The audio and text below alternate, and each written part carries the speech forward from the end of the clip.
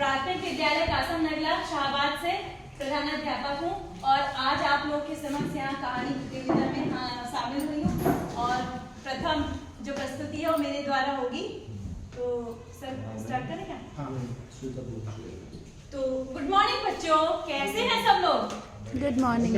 हम भी बहुत अच्छे हैं। तो आज हम आपको एक कहानी सुनाएंगे और जो कहानी है वो हमारी भारतीय संस्कृति से जुड़ी हुई है, हमारी जो विरासत है उससे जुड़ी हुई है। और नन्हे मुन्ने बच्चों, सबसे बड़ी बात ये है कि आपके जैसी ही आज कहानी हमें सुनाने वाले हैं। तो उस कहानी को हम शुरू करते हैं। तो आप लोगों ने नचिकेता नाम तो सुना ही होगा। एक बालक था 5 वर्ष का, बहुत ज्यादा जिज्ञासु बालक था, उसको जानने की इच्छा रहती थी। वो क्या करता था, प्रश्न पर प्रश्न करता रहता था और उसका उत्तर जब तक नहीं मिल जाता था तब तक वो अपने प्रश्न पूछता रहता था। तो बहुत पुराने समय की बात है, एक ऋषि हुआ करते थे बाष्रवस। तो उनका बालक था 5 वर्ष का नचिकेता। नचिकेता एक बार उनके पिताजी ने यह संकल्प किया कि हम एक यज्ञ करेंगे जिसमें जितनी भी अपनी प्रिय वस्तु है वो दान में देंगे। तो नचिकेता ने सब सुना था।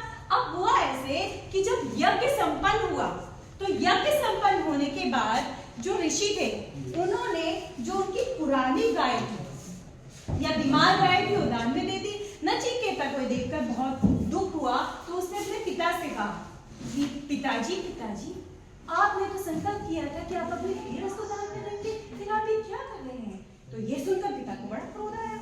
तो पिताजी बोले, अब तुम हमको बताओगे कि क्या करना है? ये सुनकर नचिकेता बोला, ठीक है पिताजी, अच्छा ये बताइए कि आपकी सबसे प्रिय वस्तु कौन सी है?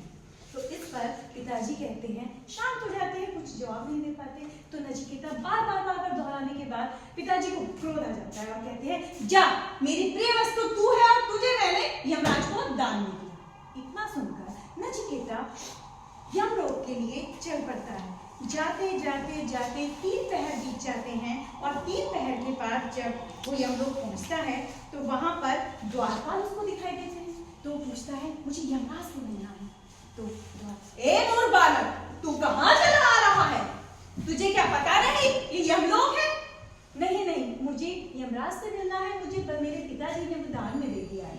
इतना सुनकर जो यमराज के जो दूत होते हैं वो उससे कहते हैं, जा बालक, अभी तू चले जा, 3 दिन बाद यमराज आएंगे तो तू उनसे मिल लेना।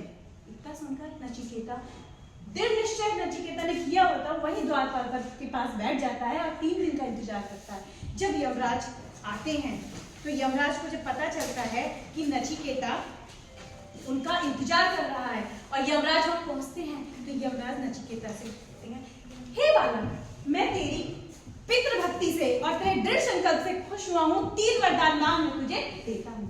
इस पर नचिकेता कहता है, मुझे पहला वरदान, यमराज जी मुझे पहला वरदान ये दे दीजिए कि मेरे पिता जब मैं वापस जाऊं तो मुझे खुश होकर गले लगा ले। यमराज, दिया बच्चा, तू जा।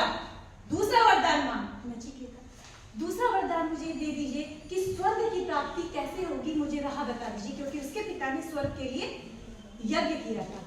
तो इस पर यमराज को थोड़ी हैरानी होती है कि इतना छोटा सा बालक इतना बड़ा प्रश्न उसने कर दिए थे। तो यमराज जी उसको बताते हैं कि सत्कर्मों के द्वारा ही तुझे स्वर्ग की प्राप्ति होगी। तीसरा वरदान मांग बच्चा।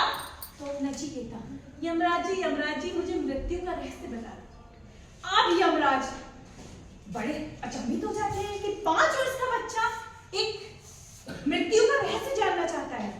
इस पर यमराज जी उससे कहते हैं, पुत्र, इसके बारे में तो मैं भी कुछ नहीं जानता, लेकिन तू जा, अपनी नगरी को लौट जा और अध्ययन कर। जितना अध्ययन करेगा, जितने शास्त्र पढ़ेगा, ज्ञान लेगा, तुझे इसकी प्राप्ति हो जाएगी। और जो नचिकेता है वो चला जाता है और अध्ययन में लग जाता है। इस तरह से वो सबको खुश कर देता है और एक आगे चलकर एक महान व्यक्तित्व के रूप में उसकी मिसाल दी जाती है। धन्यवाद। तो बच्चों में एक बार बताइए कि इस कहानी से आपको क्या शिक्षा मिली?